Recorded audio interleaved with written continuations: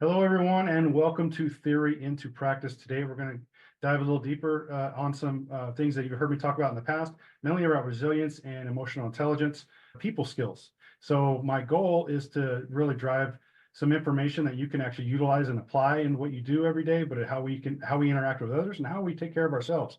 So we're joined today by Jolie Wills, who is the owner and operator of Hummingly, and she is a keynote speaker. She works in resilience. She works in emotional intelligence, and I thought she would be amazing to hear from and actually learn from today. Jolie, welcome to the show. Thanks, Daniel, very much for having me. I appreciate it very much. Appreciate you giving me your time. I know we've been going back and forth on this because you're a very busy person, and which is fantastic to know that the things that you're doing, especially with workshops and teaching and keynote speaking. But I want to give the audience a better chance to get to know who you are and what you do and why you do it. So would you give everybody a rundown on that? Yeah, sure. Yeah, as you said, Jolie Wills. I'm based in Denver, Colorado. I'm a cognitive scientist. So I'm really interested in the connection between stress and pressure and performance and well-being.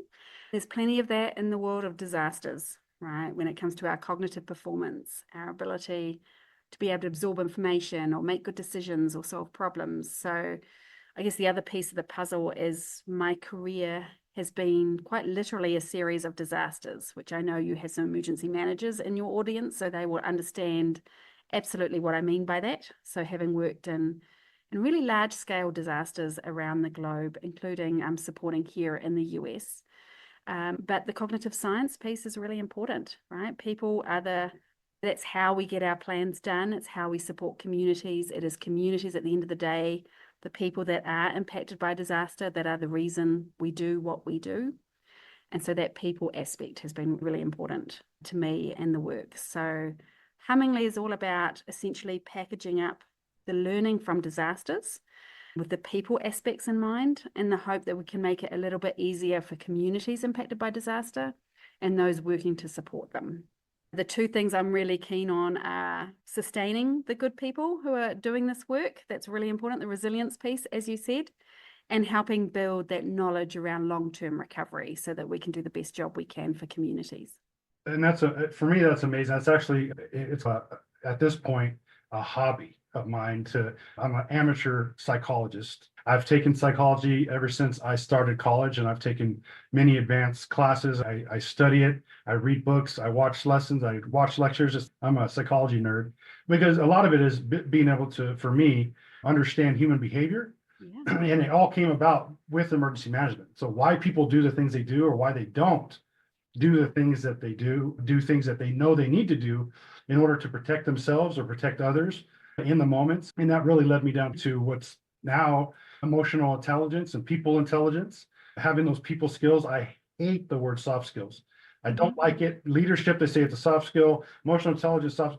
You're dealing with people. It's not. It's a people skill, and I love that. That's what you do. You're a cognitive psychologist, amazing. But it's more than it's what you can do with that, and how you can teach people how to utilize their own mentality, right? Their own behavior, their own emotions, but also how to recognize that in others, which I feel is amazing. So how did you become involved in what it is that you're doing now? Yeah. And it was by accident, or as you say in America, on accident, right? So we say it's slightly different in New Zealand. So you'll hear that I have a very Southern accent. So I live in Denver, Colorado, but I'm originally from New Zealand. And it all started for me, the disaster component was we had a massive earthquake.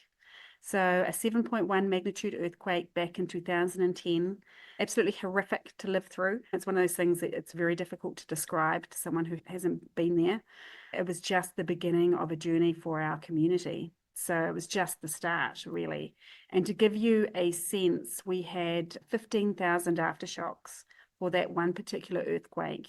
One of those aftershocks claimed 185 lives. So over the 5 years that we were experiencing those aftershocks, they were genuinely life-threatening, right? So it changed very much the experience of living in our community and how we do the work that we do and the support that was needed for that community. We were having to rebuild the entire city, right? So 9 out of 10 homes were damaged or destroyed, to give you a sense of the scale. Population around 400,000. Our downtown area was cordoned off for more than 2 years under military guard while it was being demolished.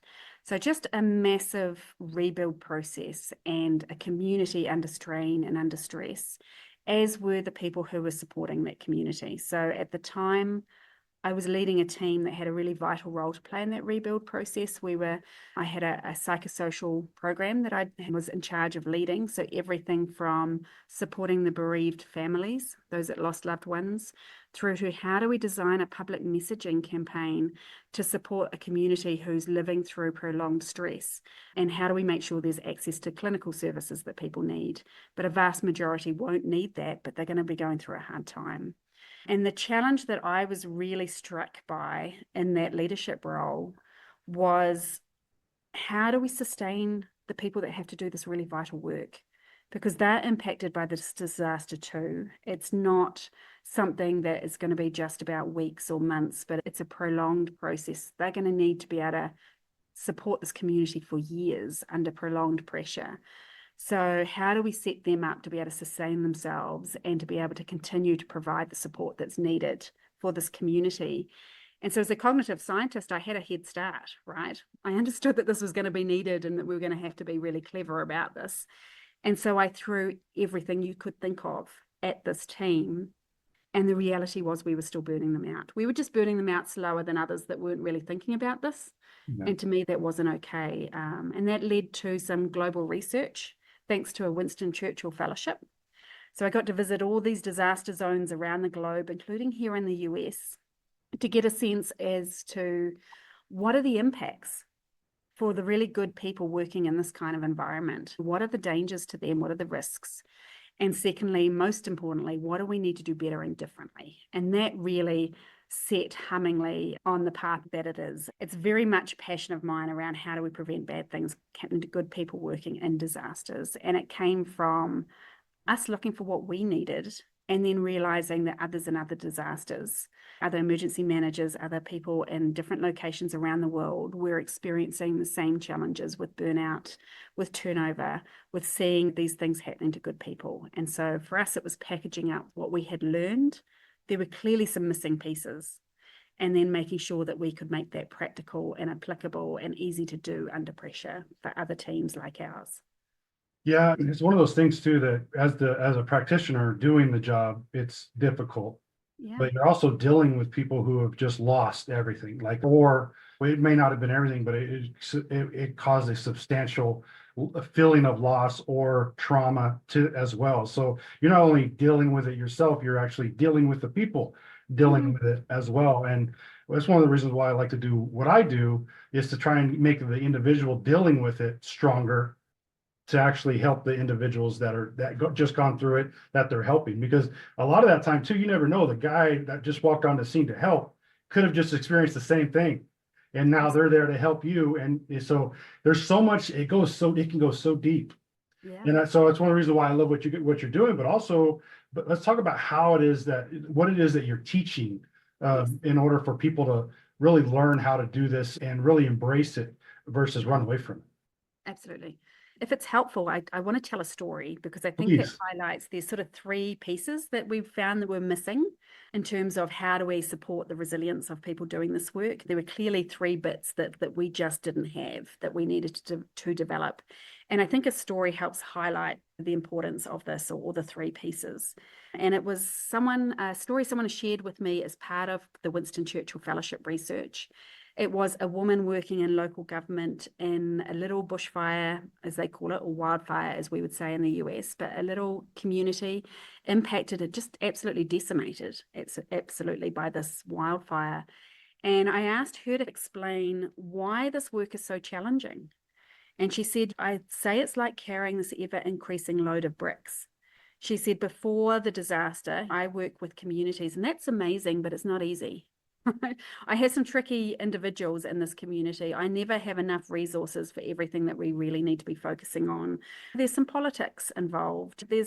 I have a manager who tries really hard but doesn't necessarily understand all of these complexities. And she said, and then on top of that, I've got things at home.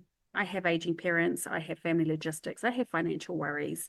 So she said, I already, before this event happened, had a whole lot of bricks that I was having to carry and manage. And I was coping okay with it. It was a lot, but I was coping. And then this disaster came along, and it's every single brick that I was carrying became 3 times as heavy. Just the weight increased. Every role that I had, everything that I was coping with became so much harder, more complex. And there were a whole lot of other bricks added to my load as a result of the disaster. And she said, Jolie, I just decided, okay, this is what it is. I have to find a way to carry this. I braced myself and thought, okay, deep breath, I've got this. I'll find a way, as we do in this kind of work. And she said, but what she wasn't prepared for was the fact that she would be carrying these bricks for such a long time.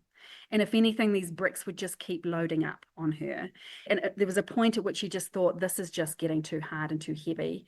And I don't know how to do this. And she said, I looked around and everyone else is loaded up in a similar way to me, right? It was relentless. And she said at that moment, her boss came to her and said, hey, Anne, I really hope you're looking after yourself. I can see you've got a lot on your plate. Self-care is really important. And don't get me wrong, it is. We're going to talk about that. But in the next breath, her boss said to her, hey, but Anne, I need you to do 5 more things urgently for me by the end of the week, and threw on 5 more bricks. And to me, that highlights some of the missing pieces. And we call this triple responsibility. It's the Hummingly approach that we take. It's the framework that we created. And it's the idea that individual self-care, it really genuinely is important, right? But alone it is not enough. Anne could be as the strongest person in the world, the most capable person in the world, the most resilient person, but it doesn't matter if you just keep loading people up in a way that is unsustainable, right? That's just not going to work. And so clearly there's an individual responsibility, there's a team responsibility, and there's a leadership responsibility. And it takes all parts of an organization really understanding their role and what we need to do to sustain people in this work. And so therein lies the 3 pieces or the 3 challenges that we work to address. At the individual level, if you think about Anne and her self-care, the challenge that we needed to address wasn't about knowledge around self-care, right? Anne knew that she needed to eat well. She knew that she needed to sleep well. She knew that she needed to get good exercise, right? And those are just the physical aspects of well-being. There's a lot more to it. But knowing it wasn't the challenge. The problem she was facing was finding a way to do it in the kind of overwhelming environment in which she works. And also in a culture and a personal trait we often have in this work where we are service driven. We are driven by the mission. We're here to serve communities. Mm-hmm. So they come first, right? Often in our approach. And so in the face of this unrelenting need, it was incredibly uncomfortable for her to be able to prioritize herself. And it also felt quite impossible given what she was carrying. So that's the first challenge. We need to help people find a way to bridge the gap in this kind of environment that we work in under pressure, to be able to bridge the gap between knowing what we need to do and actually being able to find a way to do it. So that's our first challenge. So we help individuals in a team or in an organization with practical tools that help people get intentional with a plan to be able to bridge that gap. The second piece is the team bit, right? So we all know it's our peers. They're the ones who get it. They know the pressure we're under. They understand the kind of environment. They have the potential to be the most amazing source of support under pressure. And yet what often happens is instead teams become a source of stress. And that's because when we're all tired and we're all in that similar spot, we're all carrying the bricks, right? When we're tired, we're not at our best selves, right? It's much harder to relate constructively to each other, to be able to hold empathy and be tolerant and to be able to support each other when we are trying to survive ourselves. And so the second piece is there is a team responsibility, right? There's a lot that team members can do to be able to support each other. We just have to set teams up to know how to do that so that we pull together under pressure rather than pull apart. So we intentionally work with teams so they have the knowledge they need about each other. They have the strategies to understand when the pressure's on. How do we know how to support each other and how do we pull together? And then the third piece for me, I think, is probably the most critical. It's leaders having the knowledge that they need to be able to influence the wider environment. There's that analogy, if you send the canary into the coal mine, and I'm learning that not everyone knows that analogy. I'm dating myself, although I swear by the time that I was around, there were definitely like meters and things and more technology, but we knew the analogy. And it's the idea in times past, they used to send a canary into the coal mine, and it was the first warning sign for if the gases became toxic And it was the first warning sign. If the canary fell off the perch in the cage, the miners knew to get the heck out, right? That was their sign. And so I think the leadership component is really important, because the analogy is often used with burnout, that if the canary falls off the perch, the answer usually isn't a stronger canary. We have to find a way to influence and shift the environment so that we create a healthier environment for people to work in. And that's a leadership responsibility. And there's two pieces there. One is we need to make sure we equip and support leaders, because they too are susceptible to burnout. And no one comes with that chip installed already around how to lead people in this way to achieve big things without burning them out. We need to help leaders with those skills. And leaders also, part of that, need to look at the environment and go, what are the bricks I can remove? If this is a hazardous environment, clearly it is. We learn this from the research. There's a lot of risk for people working in this environment. If it's hazardous, then what are the things we can do to address at the source? There's a lot, Daniel, when you're working in disasters, I can't protect you from. It's a hazardous environment, full stop. But there's a lot of things that we do put on people's plate that we can actually address at the source. It might be organizational systems not being very helpful. It might be the culture we have in our team, rewarding burnout kind of behavior. It could be anything from, again, have we set up the team dynamics right? Yeah, there's lots of things that we can be addressing as a leader that's going to lighten people's load at the source, rather than just only encouraging people to look after themselves. There's many pieces to the puzzle. Yeah, and I appreciate you saying that. And that is a big deal. But a lot of it, for me, I feel like there's a lot we could do if we looked at the organizational level and then understood the systems and processes that are in place to actually aid in these decisions. But when it boils down to the individual, so the leader or the individual doing the job, it's really, I love the cognitive is ultimately understanding what's going on in your mind and understanding, but it's being in the moment. Yes. Taking the time, right? And I think what really missing from these things is that situational awareness to say, oh yeah, it's like habit. Yeah, you should really take care of yourself, but also I need you to do this and this. You just added more stress to them by saying at the same time breath, you said, take care of yourself. That's a contradictory statement. It's contradictory actions and it's contradictory expectation.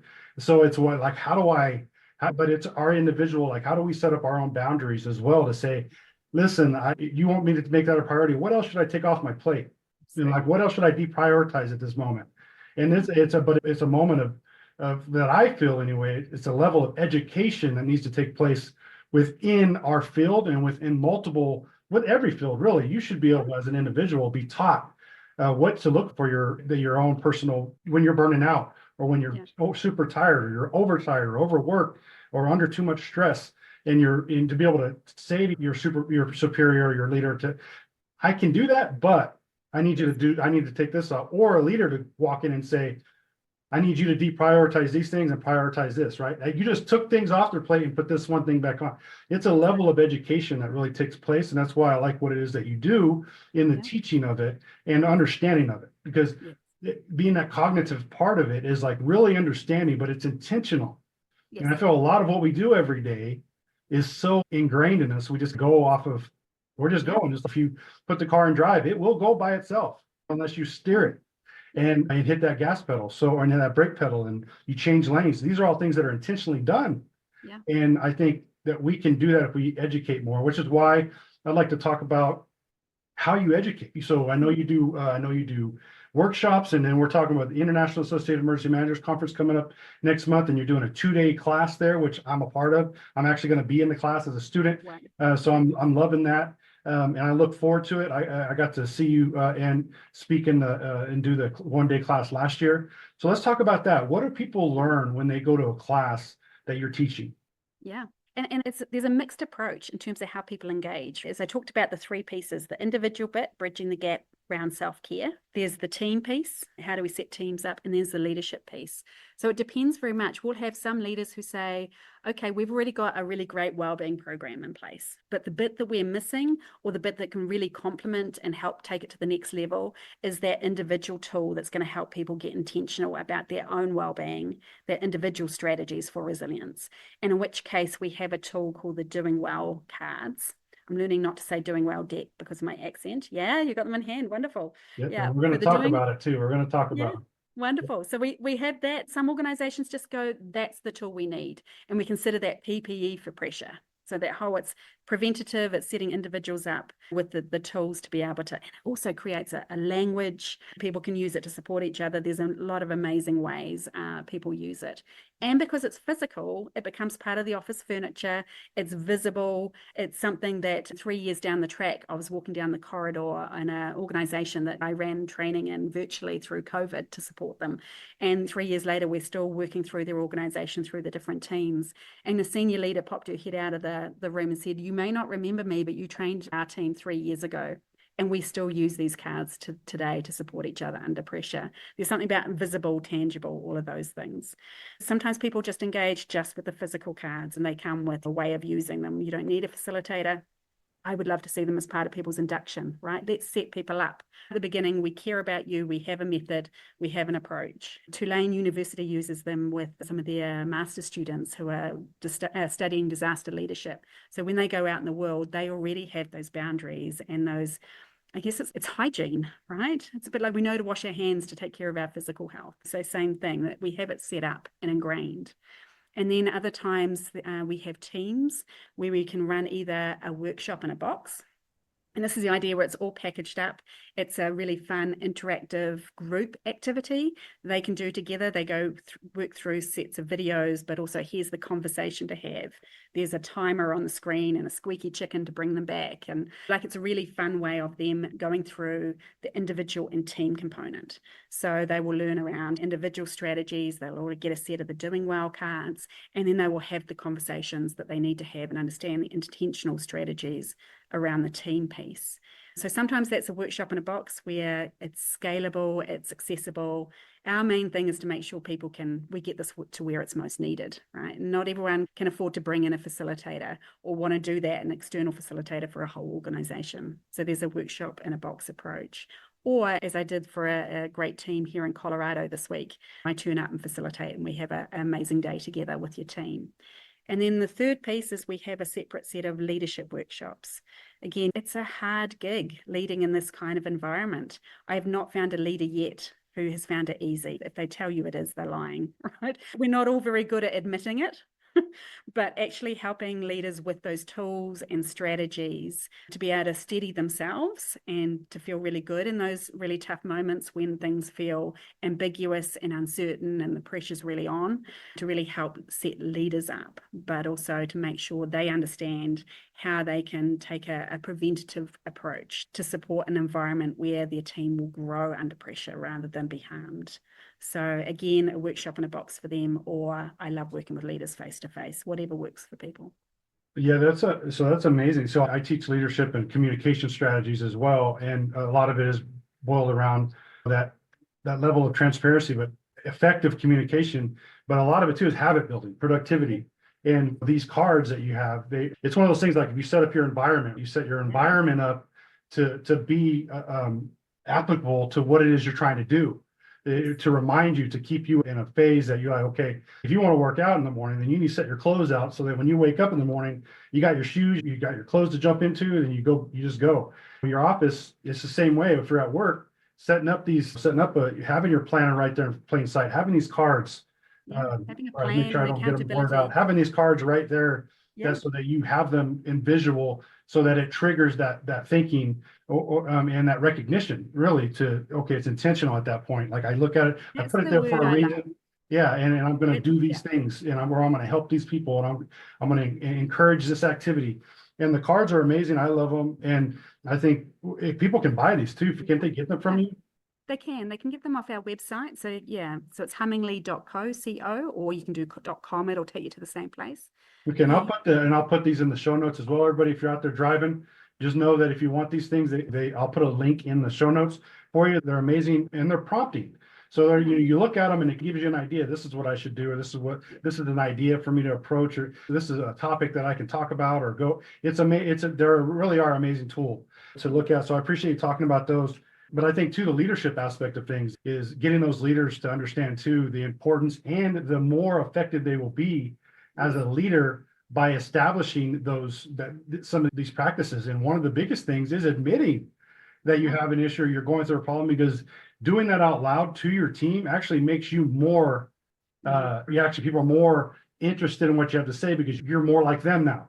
Yeah, more human. You're having that interaction. They're saying, he feels this way or she feels this way. I feel that way too. So if they know what they're doing, I know what, so I should listen to them. So that actually, it benefits them to actually be vulnerable in that kind of situation and say, you know what, I've experienced this too. And this is how so Yeah. I appreciate that very much. Your leadership parts of the way that you do things, how does that, how is it in teaching people how to lead more effectively? Yeah. So we talk a lot about a lot of the well-being approaches. I know some of the things that didn't work for us, it just did not take into account the environment in which we work. We'd get people say, good sleep hygiene is leaving your phone outside your bedroom. I'm like, but you don't know what we do. That doesn't work for us. Like, how does that work when you work in disasters or emergencies? That just doesn't work. Yeah. And for us, it's got to be a balance between, we've got to find a way to achieve the things we need to achieve. We need to be able to support the communities in the way that we need to, and we've got to make sure we don't burn our people out. So the well-being comes with a performance component, right? And it's not either or. Like, often it's set up that we look after ourselves or we take a rest or break, and that means that we can't do something. It's about enabling us to be able to do what we need to do, right? And not burn our people out in the process. And so we talk about, there's a concept we call grit mountain, where often you set off on a journey that you think about the disaster journey initially, all that adrenaline and things, but then it turns into something that's a lot longer and it's harder than anyone anticipates. So that initial energy and that support and just the ability to rally together and hold your vision, all of those things start out super strong. And then as we get worn down by the process, as we climb up the mountain, there's this kind of give up zone or grit zone where you need a lot of grit and to be able to get through that last pull or the last push. And so leader understanding around how do we lead our people through that space, strategically resting them, prioritizing, all of those pieces. It's around how do we get to the top of that grit mountain in a way that is not going to burn people out in the process. And I love when you talked about intentionality. To me, that's really important because often we think only about stress as being negative. And we know from a lot of the research, instead, stress has its optimal peak, and not enough stress is actually a bad thing for performance, right? Then you get the optimal amount of stress where often we're outside of our comfort zone. This is where we grow because our comfort zones have really been expanded and pushed on, but it's not uncomfortable. It is really, by its very nature, very uncomfortable. And we're in this point thinking, I don't know if we can do this. I don't know what this is going to mean. I haven't done this before. Like, it's a bit scary. But it's where we can just achieve incredible things individually or collectively. But then if we push the stress further, then our performance crashes. Doesn't matter how hard we're trying, doesn't matter how much effort we're putting in, we find it hard to even do the simplest of things, like problem solving. It's a very natural human thing. So it's for leaders understanding, how do we find that optimal performance bit? You can't stay in there forever, right? It's asking an athlete to sprint forever, right? You can't do that. So it's setting people up to be able to hit that and come back, rest, and go again, and be able to understand how to hit the wins that you really need, how to find that without burning people out. But we often think about stress as bad, but stress managed the right way, pressure set up the right way with the right knowledge and skills and tools and strategies are going to set your people up to be able to grow professionally and personally through all of it. And that's what we need in our profession right now, right? We need to be able to build a stronger, more capable profession, emergency management space, given what is on the horizon, given that our disasters are increasing in frequency and complexity. We just can't afford to be burning people out and losing them. The communities need us. And that's only going to become more. Yeah, and I really appreciate you saying that, and in the way you said it as well, because in a lot of what I teach, and I relate it all back to, and it almost always can be as far as related back to fitness, right? Mm-hmm. But I am trying to implement a new movement in emergency management as being outside of their comfort zone, because it does stimulate that growth. But it's intentional. You're intentionally causing that level of stress so that you grow. And the growth aspect is the big thing. Is like I feel like the emergency manager, I'll say most. I'm actually going to go, not all, but most. I would say the majority are comfortable. Mm-hmm. And they're not doing the things that they need to do in order to actually be better at the job and to make the job easier and Mhm. to make the communities in which they serve more effective and more capable of dealing with disasters when it hits. But that boils down to the individual, right? I cannot tell somebody you need to do something if I'm not doing it myself. Yes. But it boils down to being uncomfortable. If you are in the fitness, when you are working out, it's not pleasant. You're putting stress on your body. You're in pain. You're exhausting yourself. You're putting yourself until you recover, and then you're stronger. Yes. When you go give a speech and you're scared to death of giving that speech, but once you prepare for that speech and you've given that speech and you afterward, you feel good about it, and then you better for the next speech. When you go out and you talk to people, you send that email, you do that video, and you even though you're nervous or scared, but the outcome is that you're going to feel better the next time you do it. Yeah. Because you get better, and that's how you grow, because you put your body under stress, you put outside your comfort zone, and then you go back in your comfort zone and rest. Mhm. And then you That's come the back trick. out of it again, you expand a little bit further. Absolutely. And then you go That's back a the little bit trick. further, but you're not in the same comfort zone. You're a little bit bigger comfort zone Yeah. now. Yeah. So it's about growing as an individual that then grows the organization or the jurisdiction or the project or the initiative, right? And that goes for your mind too. When you're thinking about your own mental health, is like, what are you doing to Mhm. even think about your mental health? What are you doing to think about your day, to set up your week, to think about your year? It's long-term thinking and then bringing it back, because a lot of issues that we experience right now, and you can see it with the back-to-back hurricanes that just took place, is that they sit in their comfort zone for so long, and then when they get hit out, and they don't have to walk, they get pushed outside their comfort zone, and then they're outside of it for a long time, and then they're not operating at their best capability. Yeah. So we need to be bringing that into our professionals, the individual, who then will turn around and make our profession better. Yeah. And they will be able to serve at a higher capacity, able to serve at a bigger capacity, and they'll actually be able to make change in the organizations or the communities or the jurisdictions that they serve. So I really love the way you put that, and I love the work that you're doing there. And I know we're coming up on our time, and I could talk to you forever. I love this stuff. Like I said, it's like my hobby, and ultimately I'm trying to transition to my career. I Yeah. want this We to. need I'm more actually champions. I'm an emergency manager turned human behavioralist is where I'm going with what I do. And I love what you do. But one of the things I want to talk about to wrap it up is storytelling. Yes. Because I'm big on communication, and storytelling is huge on really getting people to listen, but also take action. So let's talk about how you incorporate storytelling in what you do. Yeah. Everything we do, it's carefully designed for the cognitive science, right? I think about people with full brains. They've got cognitive load, they're under pressure, they're tired, they're stressed. What are the things that are going to stick in those moments and you're going to be able to easily pull on and pull out and be able to do things with?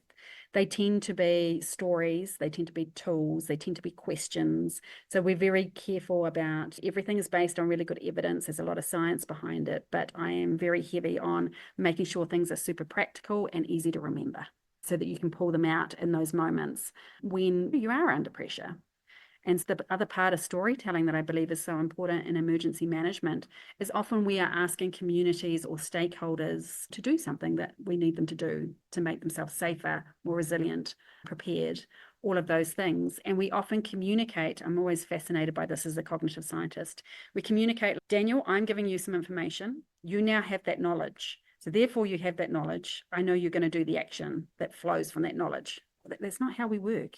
We don't work as humans in this nice linear way. I give you the knowledge, you have the knowledge, therefore you're going to do the thing. I wish we were that easy, but we're not, right? When it comes to the cognitive science process behind, there's a whole lot of other pieces at play that we need to take into account, but we keep communicating as if that's going to work.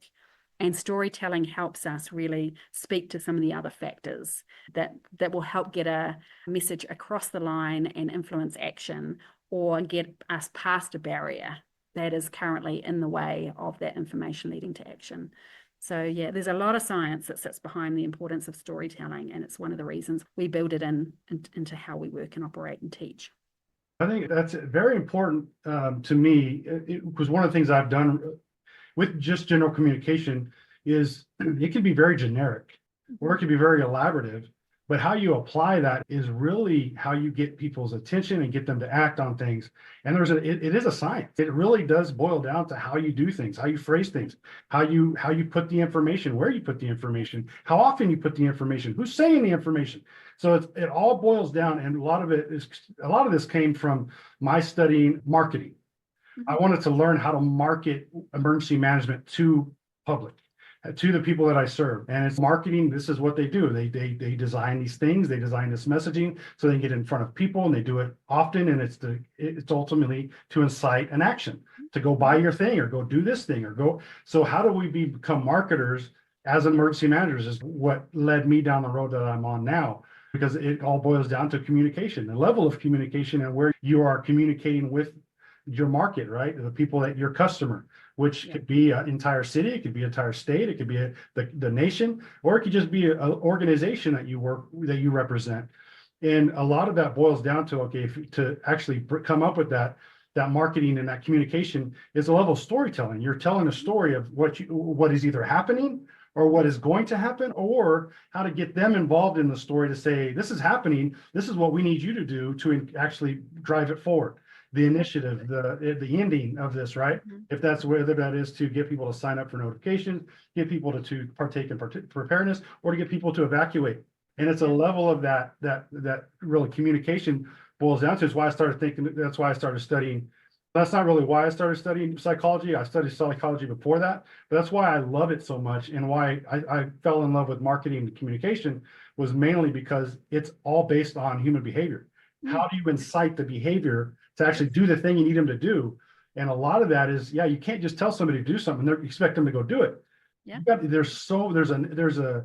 There's an art to like giving them the information they need and then explaining to them why it's important to them to do the thing that you're asking them to do. And and I think it's a level we haven't reached yet in public safety overall, not just emergency management.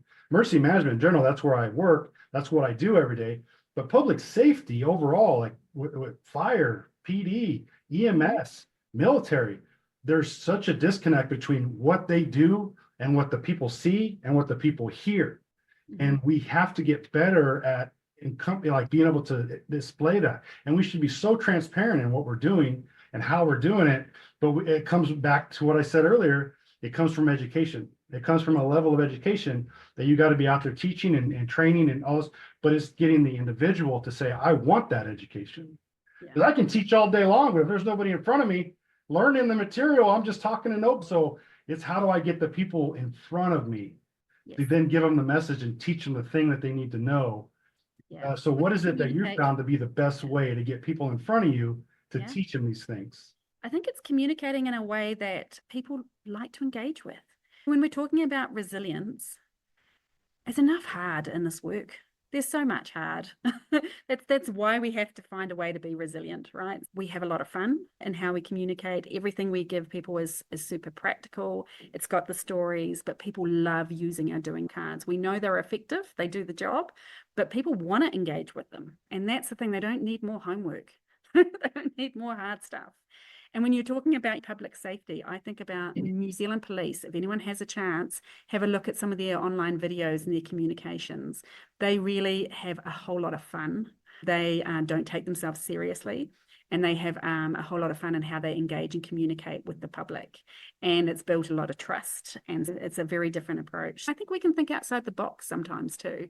I've seen an amazing rail safety campaign in Melbourne in Australia, which had a lot of fun, which is not normally something you would do with a campaign. It was very carefully designed, but more telling people to behave sensibly around railway lines. That wasn't going to work with young people. It wasn't going to work. So they created this amazing campaign called Dumb Ways to Die. And there's a fun song, there's a game, it's just a whole lot of fun. If anyone's interested, I can send you this through for the show notes. I was engaged a while back by the International Federation of Red Cross to explore a whole lot of successful public messaging campaigns around the globe, everything from smoke alarms to emergency preparedness to changing behavior around soccer hooliganism, like all sorts of amazing campaigns, including this rail safety one around trying to get to the source of, red campaigns for everything, like, vax through to through to smoke alarms, to emergency preparedness, to blood drives. And they're like, in all of this, it would be really great, as part of our work, to really understand better what makes a successful campaign. I've created some guidance for that, if that is helpful. It doesn't necessarily. I tell you right now, just speaking selfishly, yes, I want it very much. But I will absolutely share it with my audience and those who are interested as well. But speaking selfishly, I do want it. I loved it. I geek out on that kind of stuff. As I mentioned earlier, I'm growing every day on how I can better communicate and reach people. And that is a huge part of it in these public messaging, is how to get people engaged and how get people to actually take part. And that sounds like something that would make some great TikTok videos, dumb ways to die. So people would probably go down that rabbit hole. So I would absolutely love that, but it would also give ideas as well. I feel like a lot of emergency management in general, we tell people all the time when we teach it, emergency management is, don't reinvent the wheel, right? But a lot of stuff is like, just take it, but you got to actually do it. You can't just, it's already there. I'm going to apply it to what I'm doing is the big thing. And that's the whole point of what it is I'm doing, is theory into practice. Yeah, you find these things and then you do them. You go do them, you apply them, and you actually make a difference. It's great to have all this knowledge, but if you don't do anything with it, it's just for you at that point.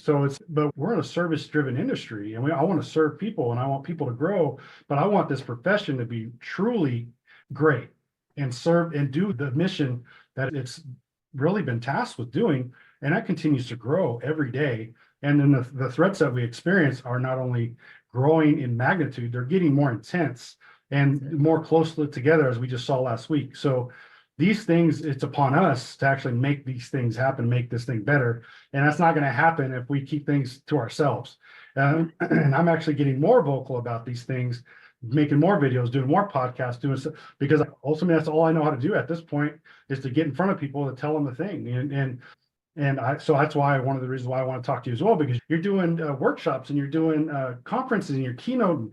These are huge parts. It's a big step into getting people to make that change or that acknowledgement to say, I want to learn more about this.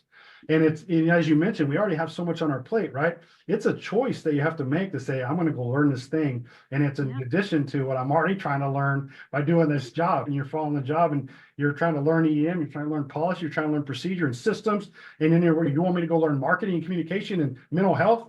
Yeah, I do actually. I want you to do that because it doesn't take a lot of your time, 20, 30 minutes a day. And you could be a cognitive therapist in a year. You know what I mean? I can tell you, like, disasters are about people. It is. At the end of the day. And it's the people part that often gets neglected in terms of upskilling ourselves. And the intentional piece is really important. And one, you go back to, we've got to make learning the stuff enjoyable and fun, which has been our mission.